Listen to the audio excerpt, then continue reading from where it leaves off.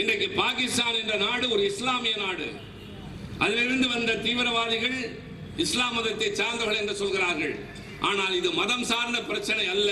நாங்கள் இதை கண்டிக்கிறோம் என்று இந்தியாவில் இருக்கிற முஸ்லிம்கள் அதை கண்டிக்கிறார்கள் என்பதன் அடையாளமாக இன்றைய பேரணியிலே முஸ்லிம்களும் கலந்து கொண்டார்கள். ஆக சில பேர் சொல்வதை போல அவர்கள் தீவிரவாதிகள் என்பதல்ல. நாங்கள் இதை ஏற்றுக்கொள்ளவில்லை என்று இந்தியாவில் இருக்கிற தமிழ்நாட்டில் இருக்கிற முஸ்லிம்களும் கண்டிக்கிறார்கள். அவர்களும் சேர்ந்து இந்திய நாட்டின் கொடியை எடுத்துக்கொண்டு இன்றைக்கு அந்த பேரணியிலே நடந்து சென்றார்கள். ராஜபாளையத்து வாழ் மக்களே, நான் பெருமிதத்தோடு நெஞ்சு நிமிர்த்தி திராவிட முன்னேற்ற கழகத்தை சார்ந்தவன் என்ற உணர்வோடு சொல்லுகிறேன். இந்தியாவில் எந்த மாநிலத்து முதலமைச்சரும் இன்றைக்கு இந்திய ராணுவத்தின் செயலுக்கு ஆதரவு தெரிவித்து இப்படி வீதியில் இறங்கி நடக்கவில்லை. தளபதி அண்ணன் ஸ்டாலின்.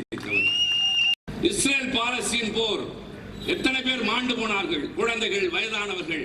ஆனால் இந்தியா இன்றைக்கு சரியான நிலை, நான் வலிமையாக இருக்கிறேன், நீ இறங்கி வந்தாலும் உன்னை அடித்து நொறுக்குவேன் என்று இல்லாமல் போரை தவிர்க்கிறோம் என்று எச்சரிக்கை உணர்வோடு அவர்களுக்கு நடத்த வேண்டியது நடத்திவிட்டு இன்றைக்கு போர் நிறுத்த அறிவிப்பும் வந்திருக்கிறது. பஞ்சாபிலே இரவு நேரத்தில் மின்சாரம் கிடையாது. ராஜஸ்தான் என்ற பகுதியிலே 116 டிகிரி வெப்பம், அங்கே மின்சாரம் கிடையாது. ஜம்மு பகுதியிலே மக்கள் பதுங்கு குழியிலே வாழ்ந்து கொண்டிருக்கிறார்கள், எப்போது குண்டு விழுமோ என்று. ஆக நம்முடைய நிலையை எண்ணி நாம் பரவசப்படுவதை விட வேறு ஒரு இடத்துல இருக்கக்கூடிய வேதனை என்னவாக இருக்கும் என்று எண்ணுவதுதான் மனிதாபிமானம். இன்றைக்கு அந்த மக்கள் எல்லாம் நிம்மதியாக பெருமூச்சு விட்டுக் கொண்டிருப்பார்கள். அதே நிலைதான் பாகிஸ்தானிலே வாழ்கிற மக்களுக்கும்.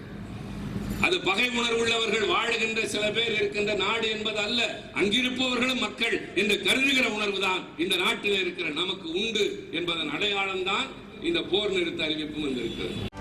செய்திகளை உடனுக்குடனும் துல்லியமாகவும் தெரிந்து கொள்ள சப்ஸ்கிரைப் பண்ணுங்க.